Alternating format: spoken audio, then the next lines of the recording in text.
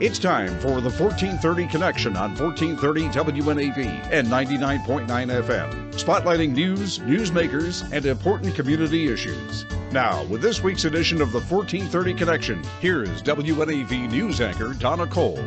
Welcome to the 1430 Connection. I'm Donna Cole. Today I'm talking to Dr. Carol Vidal. She's Assistant Professor of Psychiatry and Behavioral Sciences at the Johns Hopkins University School of Medicine. Dr. Vidal, thank you so much for joining me today. Thank you for having me here. We are in a very precarious point of our history with this pandemic. There's a lot of loss. There's a lot of fear. There's loneliness. And even before all of this happened, numbers of adolescent mental health issues were on the rise, including suicide. And now with most kids at home learning from computers with limited contact with the outside world. There's a lot going on, all in a very short period of time and difficult in general. Yeah.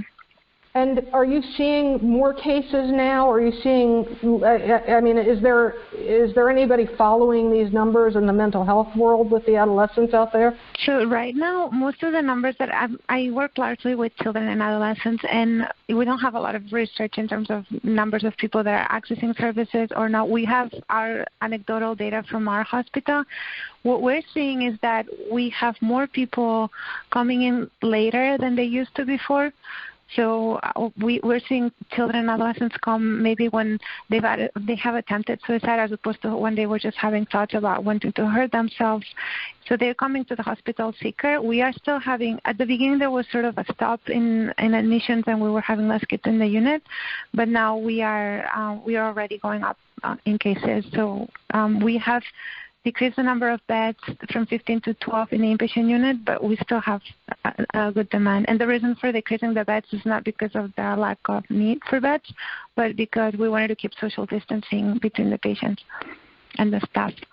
Just to be clear, there are beds outside of Johns Hopkins, and you refer to other hospitals in the area. If somebody needs help, go get help, right? Exactly, yeah. So that's the message, yeah. We are not only providing these acute services, and there's many different hospitals in Maryland that are also providing these services, but we are fully working with telehealth services. So most of our clinics moved to telehealth a week after the announcement of the social distancing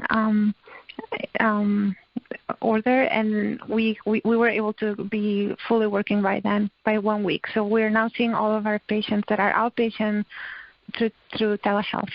Again, the cases that you were seeing coming into the hospital since this has started, they're coming in later rather than earlier. Yeah, they're coming in later. And it's also interesting that some people actually are doing better with this situation. We used to have a lot of kids that were presenting social anxiety or school avoidance as well. Like they would have a lot of trouble going to school regularly and they would miss a lot of school. And those kids were having a lot of anxiety about being in school, and now they're actually feeling more relaxed about it. And then we have another group of kids that are experiencing a lot of different stressors that they may have experienced before, but now they're maybe at home with not enough resources in terms of maybe their parents have lost their jobs. They don't have enough food. They have maybe there's kids that have exposure to domestic violence, either between the parents or maybe they're being victims of abuse. So for all those kids to be home all the time right now, it's difficult for two reasons, just because they are exposed to those situations a lot more, but also they don't have the support that they used to have when they were going to school. They do have the lunches in the public schools, but they might not have like a teacher that's watching out for them or like another adult figure. They may not be able to access them as easily. And then we're also seeing a decrease in reports for abuse, and it's not because there's less abuse, but it's because a lot of the cases of abuse were reported by people outside of the family. So those kids were not, we don't know what's going on with them. It's heartbreaking. Yeah, it is difficult. I think we are not seeing as much now as we're expected to be seeing when this is over. I think people now are really centered on avoiding transmission and taking care of physical complaints, but we are expecting mental health to have a lot of demand after the pandemic, or at least these weeks of the pandemic are over. And the effects of this could be, it could go on for years with these kids. It's hard to predict. I'm very optimistic, and I am always hoping that kids are, they're resilient, and there's a lot of good things that can happen to them after. I do think that maybe some of the situations where there's a lot of trauma or there's loss of a family member, there's obviously are going to be things that could go on for a long time if they don't get treated. We're going to take a short break. We'll be right back on the 1430 Connection.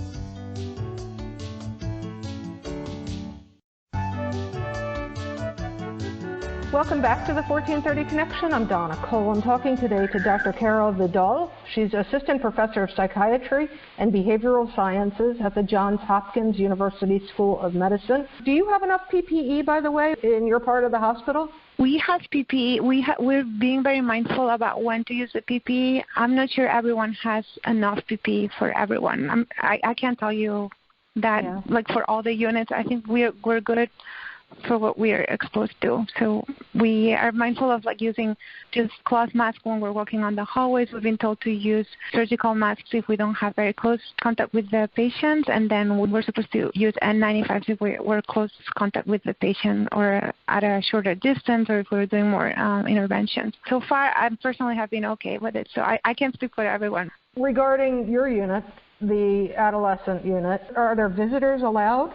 Are patients allowed off the units for exercise or whatever other therapies that don't take place on the unit? So we are allowing one visitor per person. It doesn't mean that another person can't come at another time, but we're not allowing more than one person to visit at one time. We're trying to keep social distance as much as possible, so we're still holding groups. The groups used to be with more kids in the room. Now we're having them maybe less kids, 4 kids, so that there's enough distance between them. And they are all wearing masks.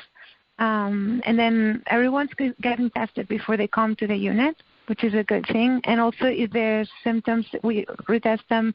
And the staff is also supposed to be tested whenever there's any symptoms. And they're not going out for the exercise. They used to go out to a room to exercise, and we're not doing that right now. Has this been the most difficult time you can remember since you've been a doctor?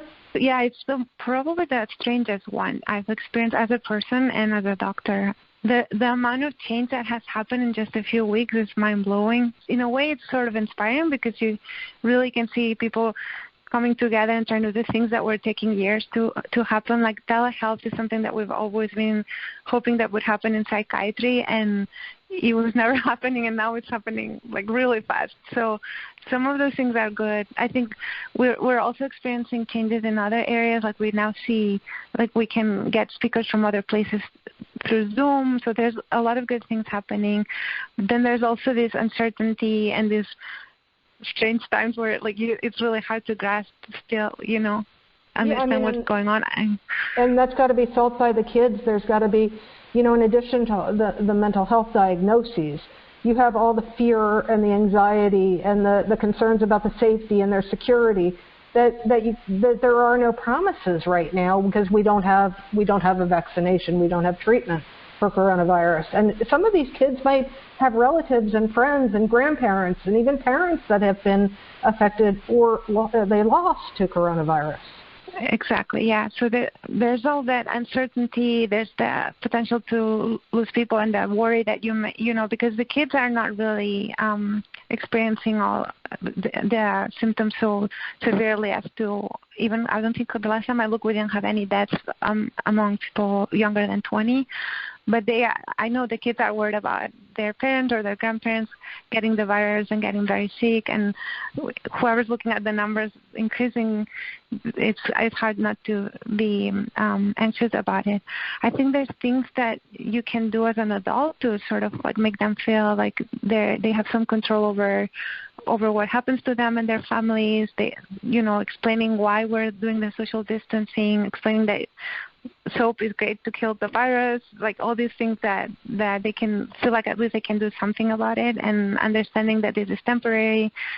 I'm not trying to minimize, because the uncertainty and not knowing when you're going to go back to school and not knowing when you're going to be able to go back to your routines is difficult. But as much as you can do in terms of routines at home and trying to keep a structure in the day, trying to connect with your friends remotely instead of isolating, trying to do like activities with your family members if you can, all those things that can help. There's this fine line with teenagers especially, where teenagers are often moody and they're often great at isolating. How do you know what's the difference between the normal teenager being the normal teenager and a mental health problem? Teenagers tend to be moodier because of the hormonal changes, but moodiness doesn't necessarily mean depression, but also it can mean that it can also be a sign of depression if it has a longer duration and if it's impacting your life and your functioning. So I think it is hard to distinguish sometimes for parents.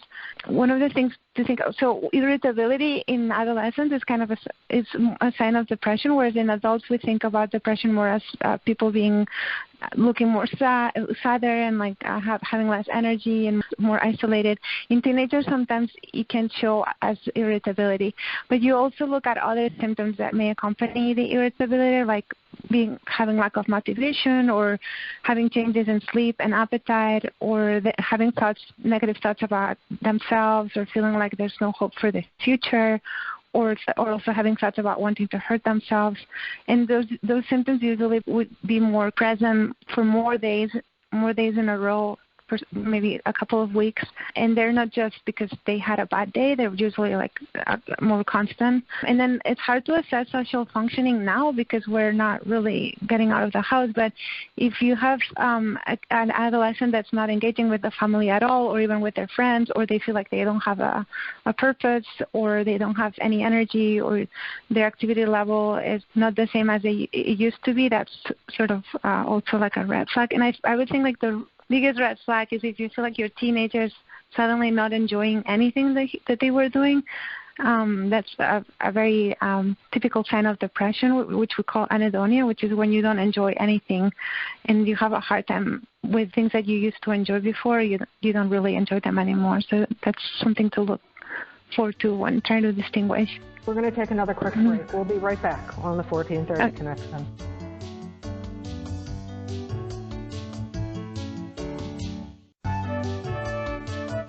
Welcome back to the 1430 Connection. I'm Donna Cole. I'm talking today to Dr. Carol Vidal. She's Assistant Professor of Psychiatry and Behavioral Sciences at the Johns Hopkins University School of Medicine.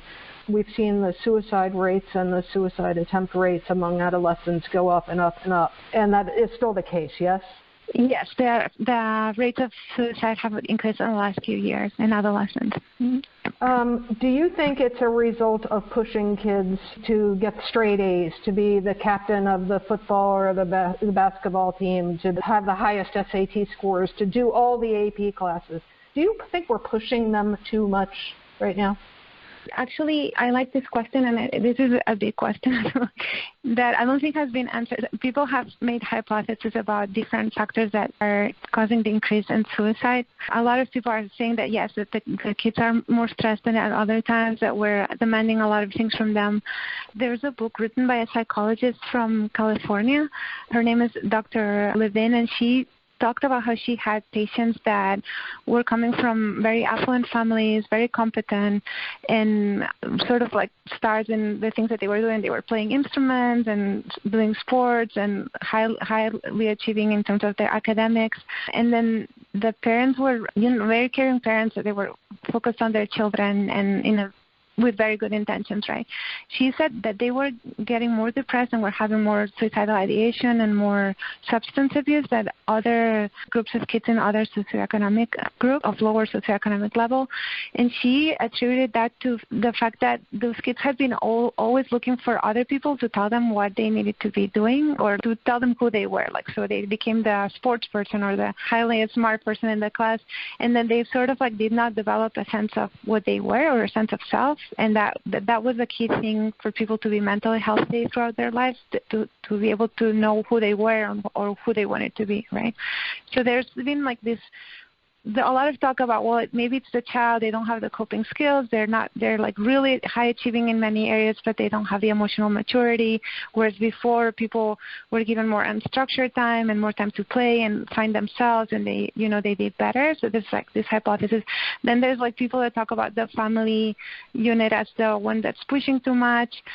I like to think that there's a lot of different factors. Like always when you talk about children, there's the individual, there's the family, there's the neighborhood and the community, and then there's like social factors that are also really hard to ignore and that sometimes cause a lot of these things to happen. For example, the fact that a lot of the families are just worried about their kids being able to get into a good school or being able to go through college and may even have trouble paying the amount of money that college costs, and that is probably sort of also driving the stress that the families are putting on the kids. So I don't know if it's the families alone. I think it's probably a combination of a lot of different factors, and some of them have to do with like economic inequality. Like for example, it's maybe easy for people very, very, very wealthy to pay for college, but I can see that for everyone it's a really big effort to pay for college nowadays. And without a college education in this economy, parents are fearful that their kids are not going to be able to do well in life. So I don't like to blame a specific group. I think it's a combination of things, but I do think that the amount of stress that the children are experiencing nowadays is probably causing some of these symptoms.